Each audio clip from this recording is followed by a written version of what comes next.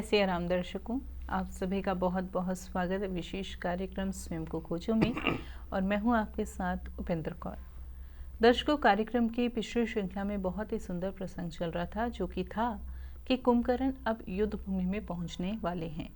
और ऐसे में अब आगे चलकर क्या होता है, और हम आज इस कार्यक्रम के माध्यम से यह भी जानेंगे कि क्या जब कुंभकर्ण युद्ध भूमि में पहुंचते हैं तो विभीषण उनसे मिलने जाते हैं और तब क्या होता है।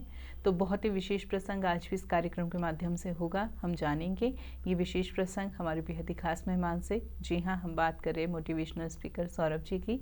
तो आइए सबसे पहले मिलकर उनका स्वागत करते हैं। जय श्री राम सर, बहुत बहुत स्वागत आपका। आपका भी बहुत बहुत स्वागत है। सभी श्रोताओं एवं दर्शकों का भी बहुत बहुत स्वागत है। सर, कार्यक्रम की पिछली श्रृंखला में हमने यह जाना कि कुंभकर्ण अब युद्ध भूमि में पहुंचने वाले हैं। अब सवाल यह है मेरे मन में कि क्या जब कुंभकर्ण युद्ध भूमि में पहुंचते हैं तो क्या विभीषण उनसे मिलने जाते हैं, और ये विशेष प्रसंग को आपसे जानेंगे। बहुत सुंदर। जैसा कि पिछले एपिसोड में हमने कहा था कि एक तरह से कुंभकर्ण रावण से विदा लेके वहाँ से निकलता है, तो होता क्या है कि जैसा हमने पहले बताया था कि उनका आकार इतना बड़ा है, तो वो एक तरह से क्या करते हैं, जब लंका से निकलते हैं तो वो परखा यानी बाउंड्री को ऊपर से जाते हैं, क्योंकि इतना बड़ा कोई दरवाज़ा नहीं है। इसको हम ऐसे मान सकते हैं कि जैसे ना कहीं आज भी जोधपुर के पास मेहरानगढ़ है, वहाँ एक किला है जो 1200 एकड़ में है, करीब 5 किलोमीटर का एरिया बैठता है।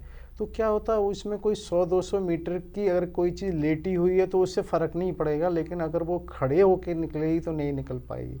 तो इस तरह से वो क्या करते हैं, उस बाउंड्री को फलाना जिसे कहना चाहिए, पैर से ऊपर करके वो निकलते हैं। तो जब वो निकलते हैं तो इधर वानरों को भी सबको दूर से ही नज़र आते हैं और विभीषण को भी आते हैं। और जैसा कि अभी आपने कहा, तो विभीषण मिलने जाते हैं, क्योंकि एक चीज़ बहुत महत्व की है जो पहले भी आपने चर्चा की थी कि भाई विभीषण को गलत समझा जाता है। तो ये चीज़ इसलिए महत्वपूर्ण है कि देखिए, ये उनके भाई कुंभकर्ण आ रहे हैं, और कुंभकर्ण ने जब महाराज होते हुए रावण को फटकारा कि तुमने ऐसा कार्य किया है, तो विभीषण तो उनके छोटे अनुज और अब एक तरह से उनके परिवार में भी नहीं है, तो उन्हें वो डांटने में कोई वो नहीं है, उसे एक तरह से शत्रु पक्ष में है। तो यहाँ ये महत्वपूर्ण है कि जब वो विभीषण मिलने जाते हैं, और मिलने जाने से एक चीज़ और समझ में आती है, अगर वो भागे होते, और कहना चाहिए इसमें ध्यान देना, त्यागना और भागना, भागा हुआ होता है वो अपराधी होता है, तो उसकी मनोदशा अलग होती है, वो बचता है, वो नहीं मिलता है, क्योंकि उनको त्यागा गया है। और जब हमने उस समय भी चर्चा करी थी कि वो माता केकसी और कुबेर और अन्य लोगों से मिल के आए, क्योंकि उनकी अपनी मनोदशा ऐसी नहीं थी, उनको त्यागा गया था इसलिए। तो उन्हें कुंभकर्ण से मिलना भी इसलिए था। यदि नहीं मिलते तो मन में हो सकता है कि कहीं ये रहती कि मैं मिला ही नहीं, और उधर उनको भी लगता है कि कहीं सशंकित, भाई मिलने तो आता कम से कम। तो वो वहाँ जाके कुंभकर्ण से मिलते हैं, और कुंभकर्ण उससे कहते हैं एक तरह से हे पुत्र, वहाँ पर संबोधन पुत्र कहते हैं। पुत्र का वो आज से होता है ना, जैसे हमें किसी पे प्रेम अधिक आता है तो हम कहते हैं बेटा बेटी बेटा, तो वो वहाँ ये कहते हैं कि रावण तो काल के बस हो गया, इसे लिए उससे तो कोई चीज़ सही विचार भी समझ में नहीं आता है। तू धन्य है, तू धन्य है, धन्य है, धन्य है जो तूने राम के उसको पकड़ा। और वो इस तरह से कहते हैं, और ये भी कहते हैं कि निश्चर कुल को तूने एक तरह से उज्जवल किया है। क्योंकि यह चीज़ ये महत्वपूर्ण है कि देखिए, कुंभकर्ण भी इतने ज्ञानी हैं कि वो इस चीज़ को समझ रहे हैं कि जो निश्चर कुल है उस विभीषण की वजह से ही सारी उसकी वो होगी, जो हमारा निश्चर कुल है, बाकी इस विभीषण की वजह से तो है, लेकिन आज विभीषण की हम जो भी कुछ कहेंगे वो निश्चर कुल को जाएगा। इधर वो ये भी कहते हैं तुमने अपने भाई के वंश को एक तरह से प्रकाशित किया है। तो ये बात की जाती है भाई का वंश क्यों कहा उन्होंने, तो भाई का वंश इसलिए किया कि वास्तव में अगर हम ये देखते हैं विभीषण की पहचान क्या है, रावण के भाई कितने लोग उनके पिता विसर्वा का नाम जानते होंगे, क्योंकि जो माता केकसी विसर्वा से केवल किसी इस उद्देश्य के लिए वहाँ गई थी और ऐसा हुआ। तो उनकी जो वास्तव में पहचान है वो निश्चर कुल है और रावण के भाई हैं। तो जब भी विभीषण का कहीं प्रसंग आएगा तो ऐसा नहीं हो सकता कि रावण से ना जोड़ा जाए। उनके पिता विसर्वा से नहीं जुड़ेगा, रावण से। तो इसलिए उन्होंने एक तरह से भाई के कुल को भी प्रकाशित किया, निश्चर कुल के वो भूषण हैं। तो वो वहाँ इस तरह की बातें ये कह रहे हैं उनसे, और ये भी बराबर कहते हैं जब उनसे कि तू राम के साथ किसी तरह से छल कपट नहीं करना, पूरे जो रणवीर राम है उनके ही पूजन करना है। तो यहाँ एक तरह से उन्होंने ये संकेत भी दिया कि मन में ये दुविधा वाला काम नहीं करना है। जैसे कभी कभी होता है कि हमारे वो नहीं, तुम्हें वहाँ कोई कपट वो नहीं करना है। तो यह चीज़ महत्वपूर्ण ये है कि अब कुंभकर्ण को तो ये भली भांति मालूम है कि जो युद्ध में आ गया उसे मरना ही मरना है, उसके बावजूद उन्होंने विभीषण से कहा है और उन्होंने गले लगाया है। और उनको ये भी बात आता है कि सही बात तो ये है कि चिरंजीवी का भी आशीर्वाद दिया है, और वास्तव में तो विभीषण चिरंजीवी तो हैं। अब वो चाहे कुंभकर्ण के नहीं है, इसका तो एक असल में प्रभु जो राम हैं, जब क्या होता है सब युद्ध वगैरह समाप्त हो जाता है, लंका कांड के 115 दोहा की चौपाई में जब वहाँ पर आता है कि कलप भर कर ये तुम राज करो मेरा ध्यान करते हुए, तो एक तरह से भगवान राम ने उनको चिरंजीवी का आशीर्वाद दिया है। और ये चीज़ चिरंजीवी का अर्थ ये देखिए कि कितना महत्वपूर्ण हो जाता है। चिरंजीव होना इसलिए है कि आज भी ये माना जाता है केवल हमारे यहाँ विश्व में 7 लोग चिरंजीवी हैं। तो जहाँ अरबों की जनसंख्या में नहीं हो तो कितना बड़ा उन्हें वो प्राप्ति हुई है।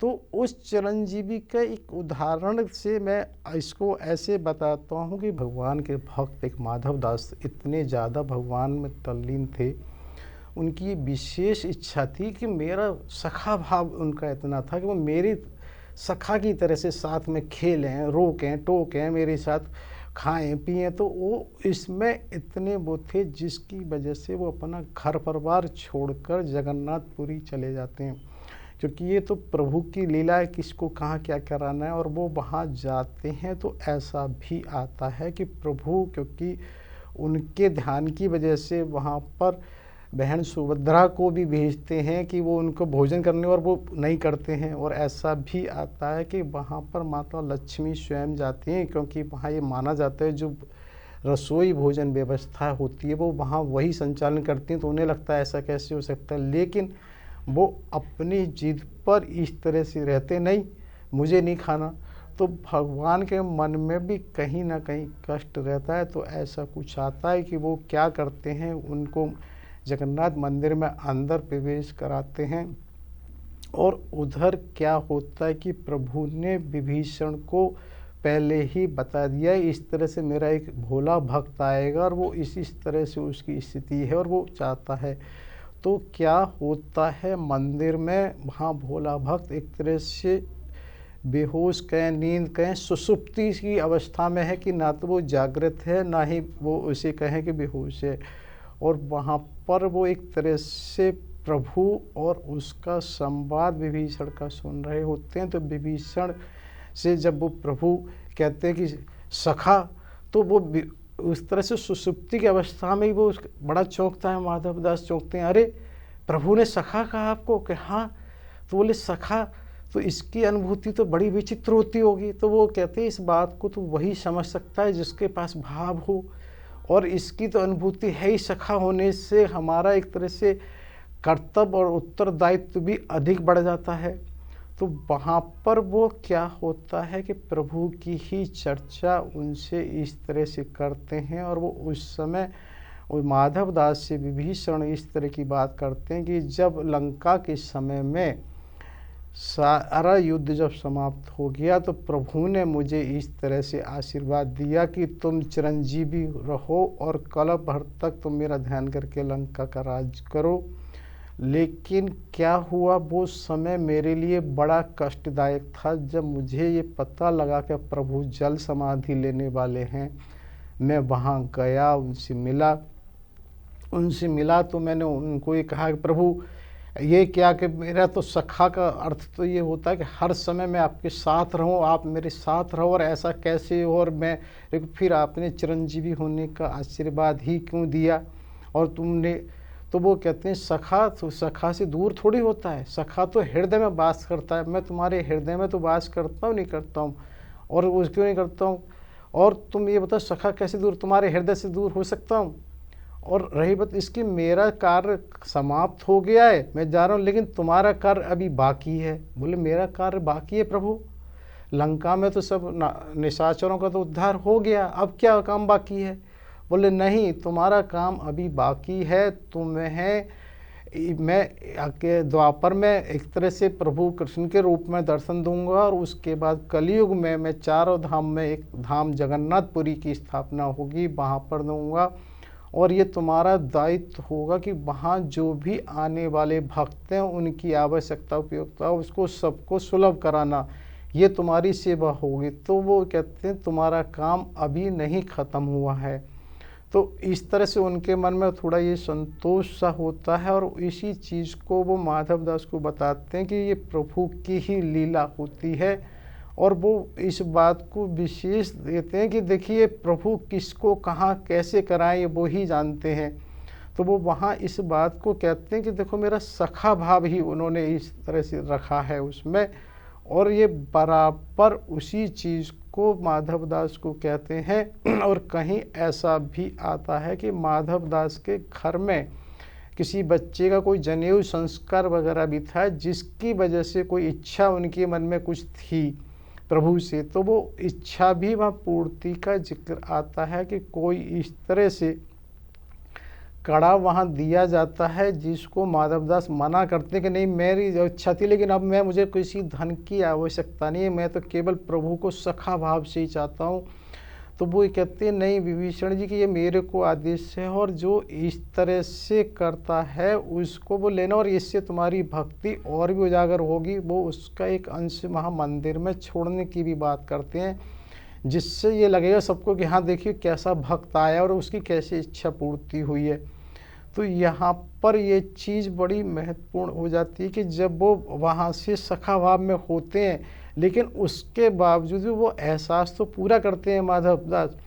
तो वहाँ पर वो कई बार ना हलवा वगैरह की बात भी करते हैं, मैं बना के खिलाऊँ, और भगवान बताते आते हैं पाते हैं, लेकिन उन्हें दर्शन नहीं होते। तो उनके मन में फिर वही संकोच रहता है कि मुझे साक्षात दर्शन नहीं हो, मैं ये चाहता हूँ मेरा सखा ऐसा होना चाहिए जिसको वो मुझे रोक सके, मेरे संग खा सके, खेल सके, और वो भाव उनका इस तरह। तो वो विभीषण जी कहते हैं नहीं प्रभु तो हर समय साथ होते हैं, उनको सिर्फ ऐसा नहीं है, हमें बिल्कुल एहसास करना होता है।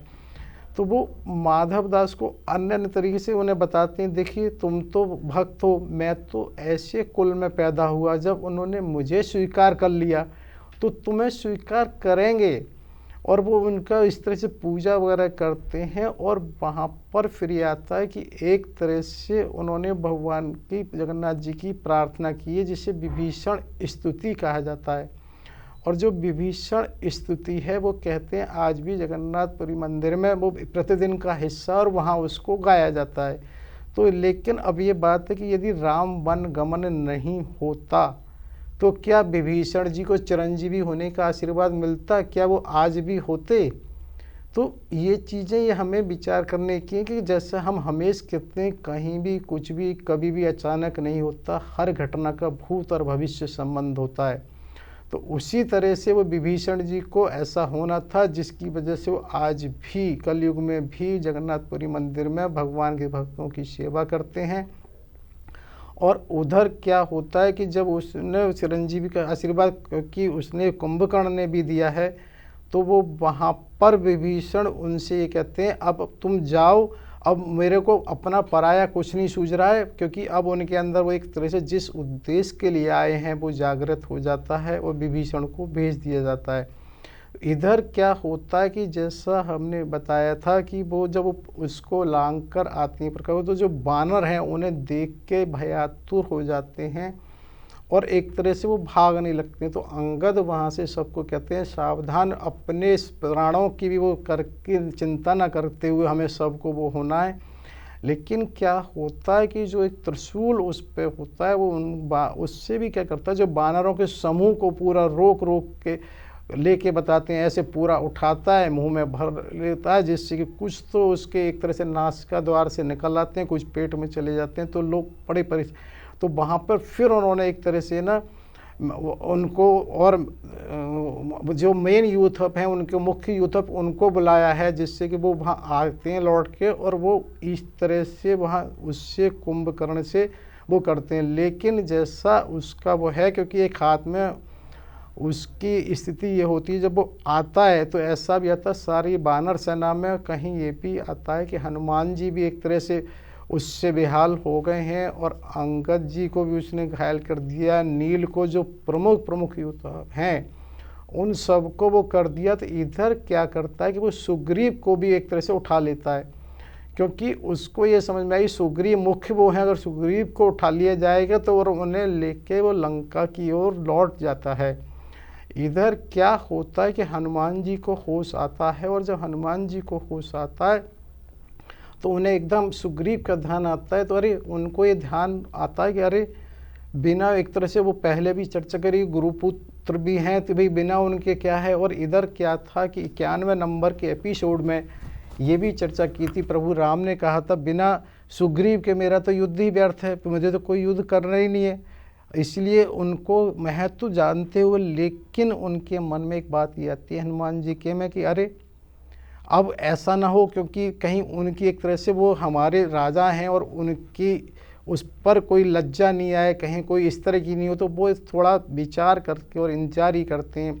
क्या होता है कि जब कुंभकर्ण लौट रहा होता है तो कि उसके बगल में है, संभवतः जैसा कि बताते हैं वहाँ बारिश भी कुछ हुई है, और बारिश ना भी हुई हो तो ये तो है, बारिश होने के साथ जब उसने परखा को या बाउंड्री को करने ऊपर किया हो तो निश्चित रूप से बगल कहीं ना कहीं हाथ इस तरह से चौड़े हो जाते हैं। तो ऐसा कुछ आता है सुग्रीव जी को होश आया, चाहे बारिश की बूंद से, तो उन्होंने कुछ उसको काटा या कुछ किया, तो एकदम वो उसके बंधन से मुक्त हो जाते हैं और वो दौड़ के प्रभु राम जी के पास आ जाते हैं।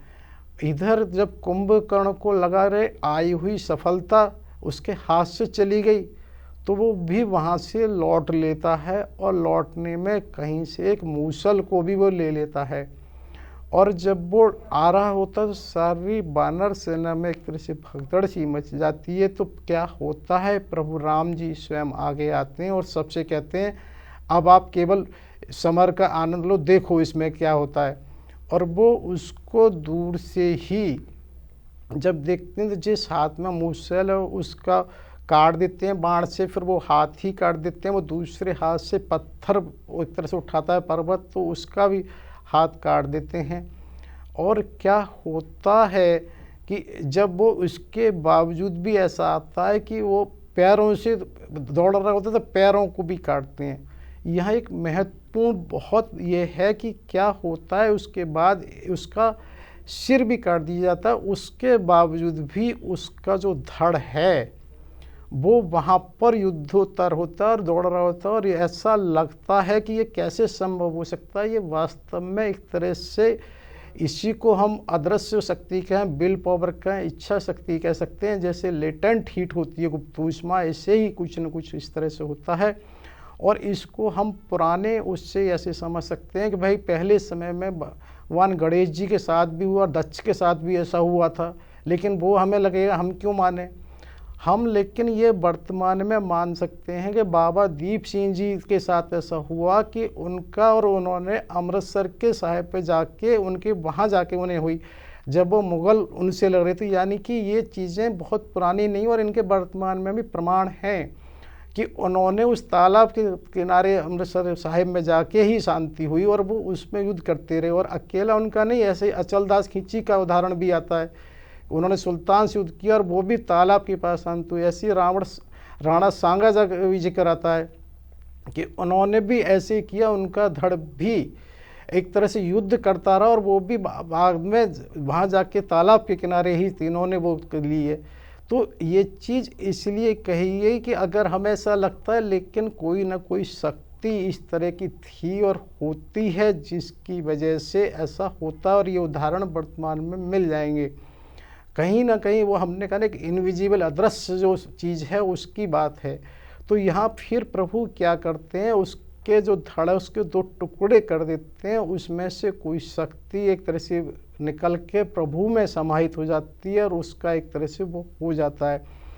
तो क्या होता है, कुंभकर्ण के साथ में जो उसकी सेना आई हुई थी वो वहाँ रावण के पास जब लौट जाती है, तो रावण के पास वो लौट के उसमें से बड़े साहस के साथ वो कहती हैं कि जो कुंभकर्ण के लिए कि वो उन्होंने बहुत अच्छे साहस से लड़ा, किंतु बोले किंतु क्या, कहीं वो समर भूमि में सो गया या समर भूमि से जाके वो कहीं सोने चला गया क्या? नहीं महाराज, वो समर भूमि में स्थायी रूप से सो गए। एक तरह से किसी का ये साहस नहीं होता कि उनका वध हो गया तो वो कहते हैं ऐसे हो गया कुंभकर्ण को। तो एक साथ जो रावण को उससे बड़ा ये लगता है कि कुंभकर्ण पे उनसे बहुत उम्मीद थी कि कुंभकर्ण ऐसा हो गया, वो वहीं पर बड़े व्याकुल और वो हो जाते हैं और एक तरह से ऐसा आता है रुदन करने लगते हैं। वो उनके पुत्र ही उनको फिर समझाते हैं। क्या होता है कि रावण के